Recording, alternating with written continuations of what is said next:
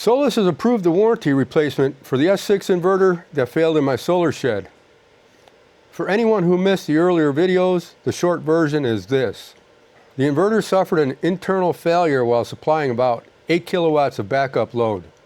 The L1 and L2 power traces on the lower circuit board burned through.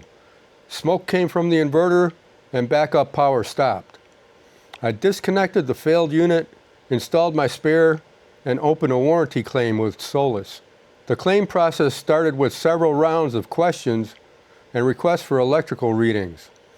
Because the inverter had visible internal damage, it had already let out the magic smoke, I wasn't comfortable energizing it again just to collect additional measurements.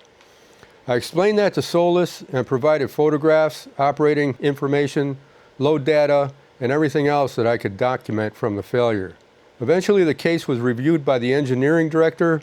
After reviewing the information, he sent his recommendation, and the inverter was replaced under warranty. The RMA was approved. Solis is providing a prepaid return label, so I won't have to pay to ship the very heavy inverter back.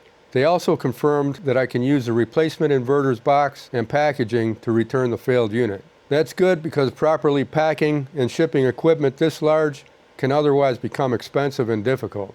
The failed inverter does have to be returned. Solis made that clear. Failure to return it could result in being charged the full retail price of the replacement.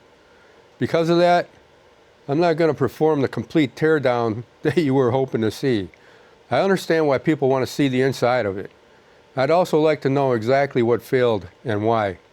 But taking it apart any further could risk the RMA, and that wouldn't make sense. Before I pack it, I'll make sure the overall condition is thoroughly photographed and documented. After that, the inverter goes back to Solis. And if they share any findings, I'll pass that information along. Overall, I think the warranty outcome is fair.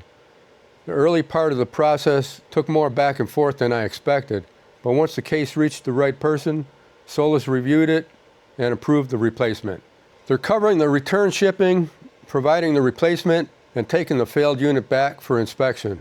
This is, after all, what a warranty is supposed to do. Failures can happen with any piece of equipment. What matters next is how the manufacturer responds. Do they take the claim seriously? Do they review the evidence? Do they cover the product when failure qualifies? And do they make the customer whole without creating unnecessary expenses? In this case, Solis did stand behind the inverter. I want to be fair about that. I've shown the failure, I've shown the thermal testing, and now I'm also showing the warranty resolution. When equipment performs well, I'll show that. When something goes wrong, I'll show that too. And when a manufacturer steps up and handles the warranty properly, they deserve credit for that as well. For now, the immediate issue is resolved. The only remaining question is whether we eventually learn what caused the failure. I hope this was helpful, or at least you got some entertainment value out of this video. If so, I sure would appreciate a like, a comment, and subscribe if you're not. It all really helps out the channel. And if you're buying any solar equipment, don't forget about the signature solar link and coupon code in the description. Until the next one, adios.